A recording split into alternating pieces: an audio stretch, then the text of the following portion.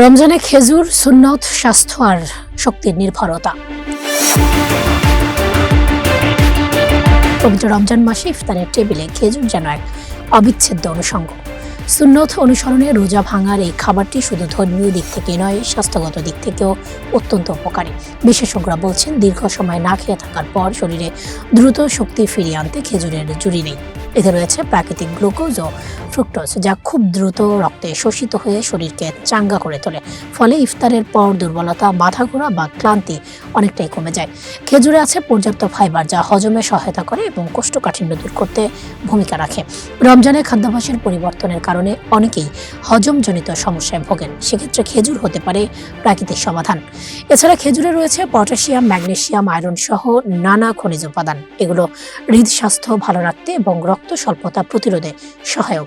Antioxidant সমৃদ্ধ খেজুর শরীরে রোগ প্রতিরোধ ক্ষমতাও বাড়াতে সাহায্য করে। তবে চিকিৎসকদের পরামর্শ, অতিরিক্ত খাওয়া ঠিক নয়। রমজানে পবিত্রতা ও সুস্বাস্থ্যের বার্তা একসঙ্গে বহন করে খেজুর। সুন্নতের এই খাদ্য তাই হোক সচেতনতার সঙ্গী।